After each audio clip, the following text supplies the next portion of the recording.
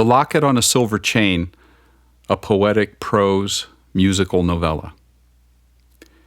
There is a street in a new suburb in Southern California.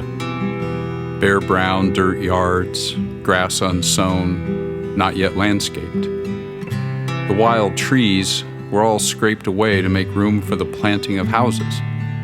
And now all the young families moving in wonder how long it will take for trees to grow. Meanwhile, stucco walls grow, rising stark and barren on empty plots of earth with exactly matching borderlines. This was all wild before the zoning and planning and building began, and just at the tamed edges of the so-called development, the old wildness is there, as if it's waiting for another turn, as if it knows the day is inevitable when the houses will crumble away and the trees and bushes reclaim their ancestral land. There is a boy here. He is one of those recently replanted in one of the new growth houses on the leveled dirt. The wild whispers every day in his heart, "Come walk in our sounds and our shade. Breathe with us." Standing outside the house today, the boy is not hearing the voices that whisper in the breezes flowing towards him from the shadows in the wildness. He is not facing towards the place where the houses end and the trees and the gullies wait. He is staring down the street. A car is disappearing. Brake lights are glowing red near the stop sign at the bottom of the hill. It is rounding the corner, and then it's gone. He turns back from the street and faces the graying living room where his mother is a vague shape in a chair. She holds a small locket on a silver chain, and her fingers are tracing the fragile links like they are beads on a rosary. She has opened the locket, but she is not looking at the faces it holds. She is staring at an empty wall. The boy stands uncertain in the shadows between the empty street and his mother in the house. Her presence is an absence he can feel, like something quivering below the surface of his skin. His bones tremble like dry leaves flickering in the wind. Without facing the boy, his mother reaches out and opens her hand, the chain laying on her upturned palm. She is, in her way, trying to reassure him. Something about the locket is meant to be a comfort, as if it could charm away the wounds.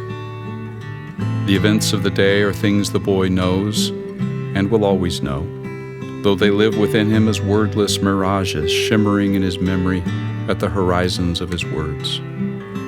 Nevertheless, he wraps her offering in his hand and buries it in his pocket, clinging to it with his fisted fingers.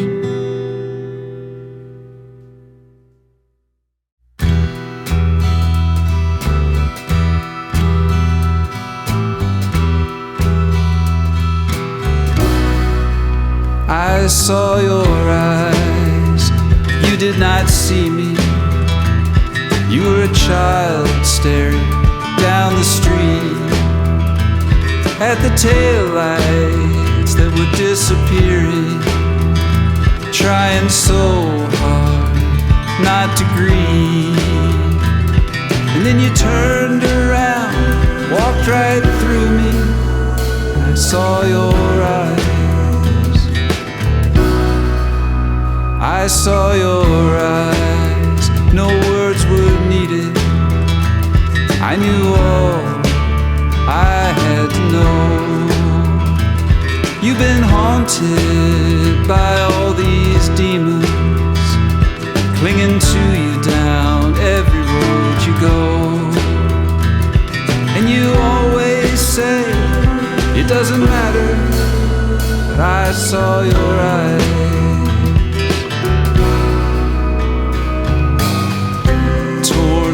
Screen, creaking open door, paint peeling on the wall. Locket on a silver chain, mama says take it, it'll ease the pain. She's staring at the wall. I saw your eyes like empty empty spaces, aching hollow pools of fear. How I wish that I could try and reach you and make all your dark dreams disappear. But nothing I can do will ever free you. I saw your eyes, I see your eyes, still not believing what you saw there on that day. There are wild things all around you, and you're trying hard to be so brave. With your hand still clasped on that locket, I see your eyes.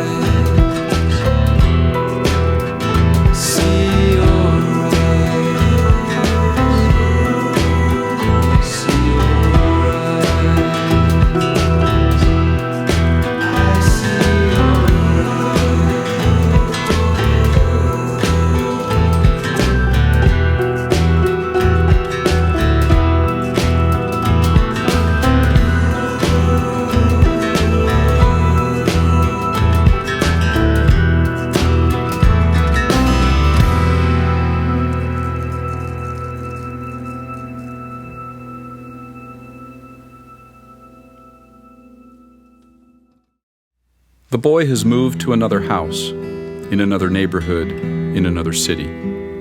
He keeps the chain and the locket in a drawer, in a desk, in his room in a basement, the damp, aired, excavated space below the house, where the boy sleeps buried under the life above him. His mother's voice, a dog barking, a doorbell, and in the night the wood floor creaking beneath his stepfather's footsteps when the man walks in his sleep. Today he wakes up, as always, long before his family or his friends, when the grass is wet and the trees in the yard are a jagged outline against a patiently bluing sky. The boy ascends the stairs, the chain in his pocket, clicking the locket open and closed between his fingers. There is no school today, and he's walking the quiet streets alone, up and down on one, back and forth on another. He knows each house and tree and bush and blade of grass. Today, in a window in the front door of a house he has passed on many mornings, the face of a man appears and then vanishes. A moment later, in a window just beside the door, a hand pulls back a curtain. There's a crack of thin shadow fading into the room beyond. The boy becomes aware that he's been moving towards the house, towards the stairs, up the stairs, towards the door, at the door. Earlier, while the boy had been leaving his house, inside this house, a man had opened his eyes, awakening with a familiar fear gnawing deep in his larval core, the grinding, anxious musical score of his life. He sets his face for another day of sheltering in place from everything beyond the door. But he notices that the room today is vaguely different. There is light from his glass-paned door, not the usual gray, but something warm and yellow is growing on the slivered panels of glass. Light and glass, a living thing, whispering, "Come."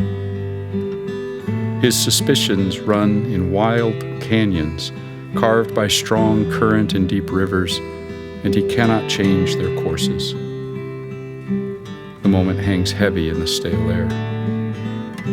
He inhales and exhales, inhales, exhales, inhales. Another breath. He sees that he has risen, though he doesn't remember deciding to stand. On the floor are his own feet, oddly unfamiliar. Those feet are walking him to the door. He sees a hand at the end of his own arm reaching for the doorknob. At the last moment, he pulls his hand away. He peers through the window, pulling back a dusty curtain with his fingers. There's a boy on the porch with one hand fisted around something in his pocket. The other hand is hovering just above the doorknob. The boy sees a curtain swaying in the window on the side of the door.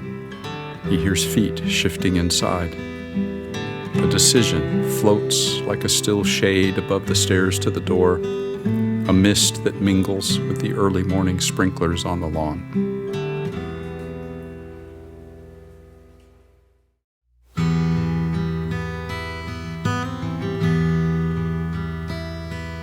He knew the day was broken when he woke with one eye open, saw the yellow morning on the window. Another losing round the course, yesterday came back in force. He had no other choice but to surrender. There are times in your life when the mirror shouts out you loud and clear, all turned out worse than you feared. Think you walk into the light, another shade of gray. No matter what the voices say, you're still a shadow.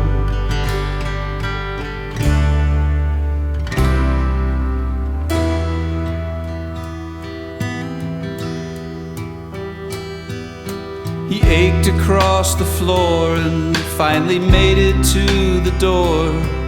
Felt the whole world waiting there to take him. Told himself he wouldn't flinch, and he opens up the door an inch. Whole world is waiting there to break him. There are times in your life when the mirror shouts out you loud and clear, it all turned out worse than you feared. Thought you walk into the light, another shade of gray. No matter what the voices say, you're still a shadow.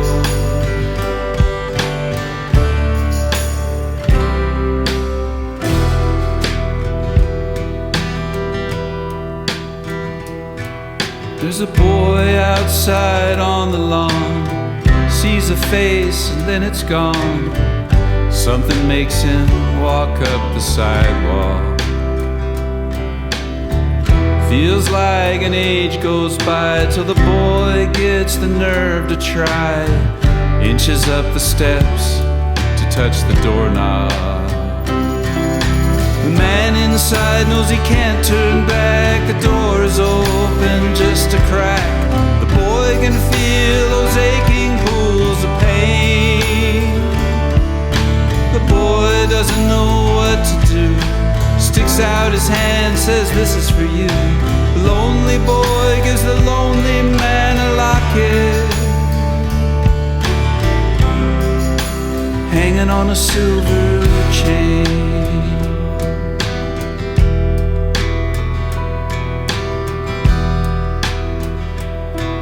Well, he knew the day was broken when he woke with one eye open, saw the yellow morning on the window. Locket still in his hands, he hopes he'll have the strength to stand. He knows he's got no choice but to surrender. No choice but to surrender. To surrender. No choice but to surrender.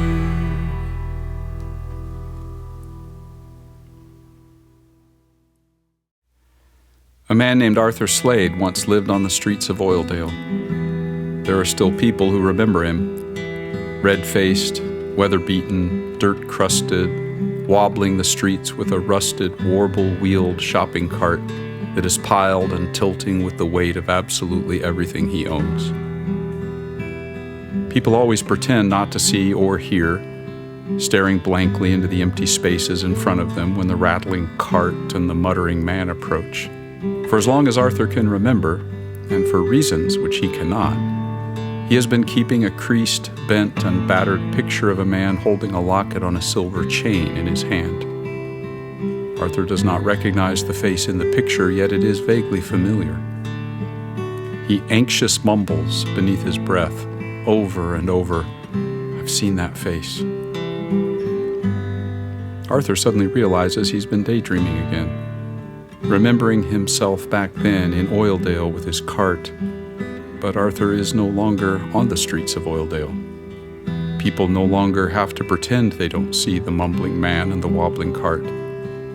These days, Arthur spends every night and most of each day in a room of stone and steel, where the mornings knife through the iron gates of his windows, and the days arrive dripping with the red life of his receding dreams. Every day, Arthur will look again at the face in the picture and then bury it back into his pocket. Arthur sees another face, too, hovering at the edges of his dreams when he wakes. It's a tortured face, terrified and terrifying. It is the same face, these two pictures, the one in his pocket, the one in his dreams. Where? When? Who? And what is that in the man's hand? Something glinting in his fingers, something he holds tender, something silver and slender. Arthur interrogates his helpless memory over and over, and every day the result is the same. There is no information to give. Arthur keeps asking anyway. Where have I seen that face? Who is that man to me? Why is it that I think I should care? And why do I feel so numb?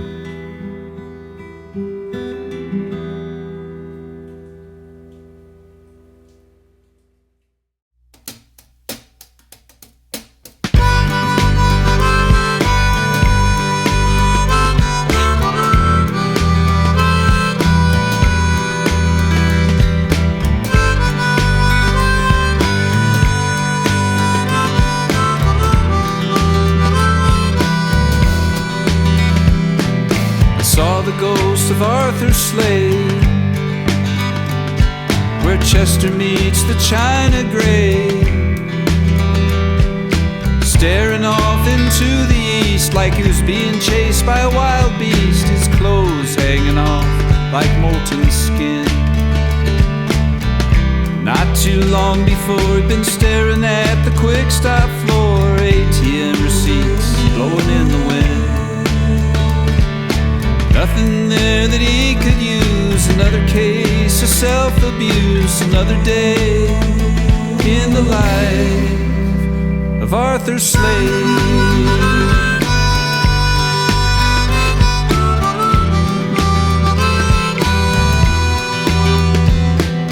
Arthur Slade took a step back west, trying to stuff the hole inside his chest. Got a picture he keeps in his hip pocket of a man holding a silver locket, a memory he can never seem to trace. I know I've seen that face somewhere, and I've got a hunch that I should care, but I don't feel a thing no matter what I do. Folds it up and puts it back, his soul's as rough as a burlap sack. Another day in the life of Arthur Slade.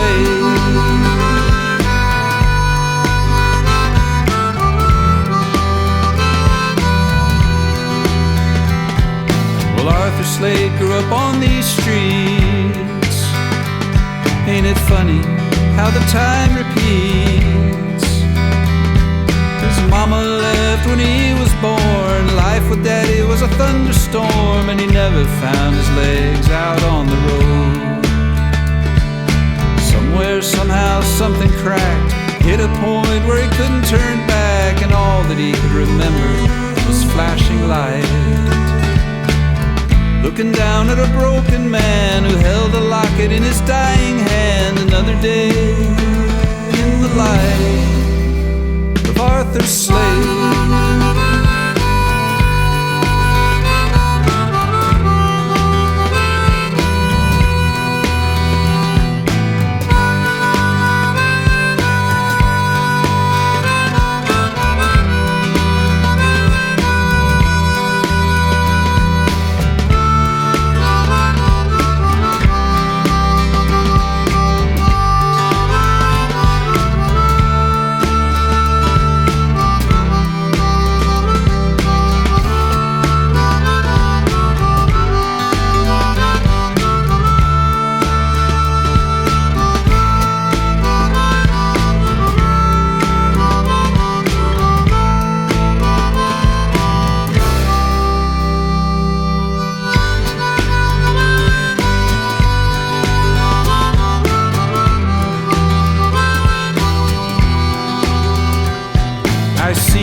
ghost of Arthur Slade, walking the rounds of this life he's made. His eyes might be closed, they might be open. It's hard to tell when the soul is broken, staring at the ceiling in the dark.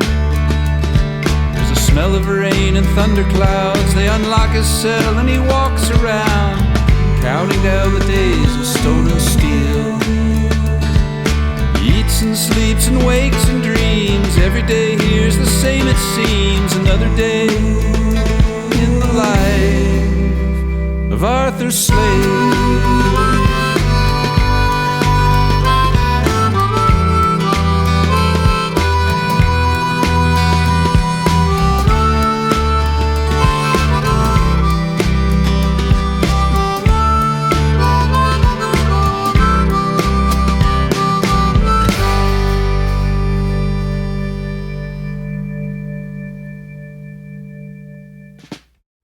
Arthur has never been sure why he's here in the concrete and the iron and the fences and the sharp wire along the tops of walls. It seems that everyone else knows.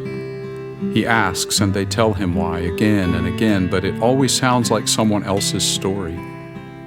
It's a story in which Arthur is named, and the story includes another man, a man whose face is in the picture Arthur carried. Everyone tells Arthur the man was found dead, with Arthur standing beside him, holding a locket on a silver chain and staring into some far-off place in front of himself, unresponsive to the questions of the police. In another room within the same building, every month, Arthur visits a man who's always already there, waiting for Arthur in a suit and tie.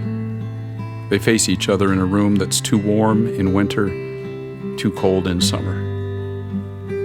To Arthur, it always seems as if the man's face is looking at him from within a fogged mirror. The man's voice is a whirlwind of echoes and too many words, moving too fast, gushing from the man's mouth, bouncing around the walls. Suddenly, Arthur catches something from out of the storm. "Congratulations, Arthur. According to your file, you've been sober for a year." The man is reading something in a folder that lays open on a gray metal desk. Is the man still speaking? Arthur wonders, have I been speaking? More words. "I understand how confusing all of this has been for you, Arthur, but I'm just reading the notes I made from what you told me in our last session. Are you saying you don't remember that? Maybe if I read them back for you."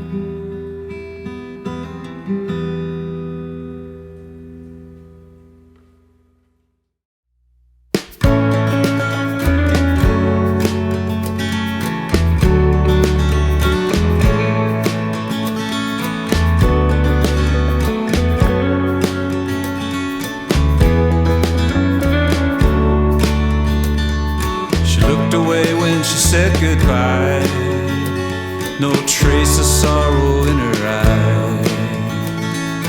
I've heard stories about hearts of stone, never thought I'd be in one of my own. We met when my soul was caked in rust, and I was covering tracks with my own dust. I opened up the door a crack, what she took ain't coming back. Tomorrow never seems to find me in a place where I long to be. No, tomorrow just reminds me there's a promised land that I may never see.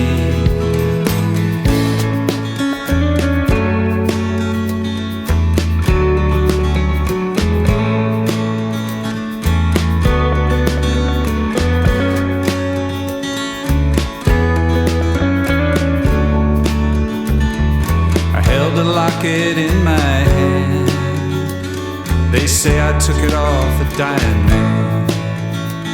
They say I'm the one put him down. I don't know why and I don't know how. It's like someone else inside my skin.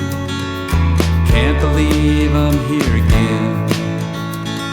I'd change it all if I just knew how.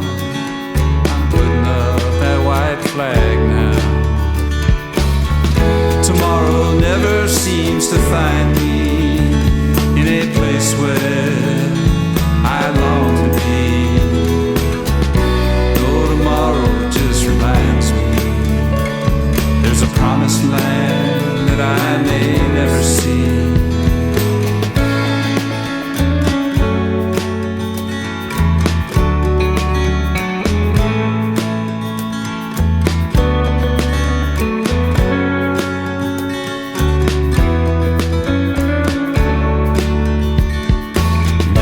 The shadows don't just fall, they pull you down until you crawl. They cover up the morning light and then crawl into your bed at night. So if I had wings, I'd fly away. It won't be here, not today. If you look out your window and see I'm gone, I wouldn't follow me down this road I'm on. Tomorrow never seems to find me in a place where I long to be. Though tomorrow just reminds me there's a promised land that I will never see.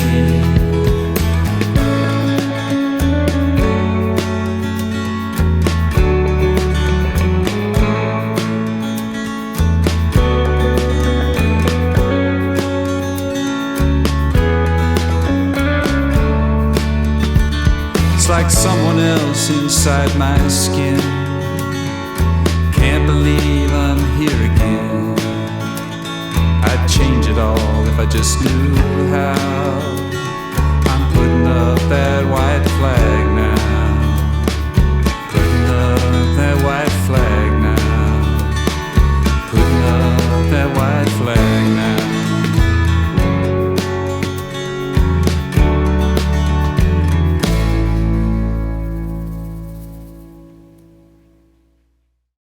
Somewhere there is a room where objects that have been entered as evidence for the proceedings of hundreds of cases are kept in boxes all stacked and numbered and labeled.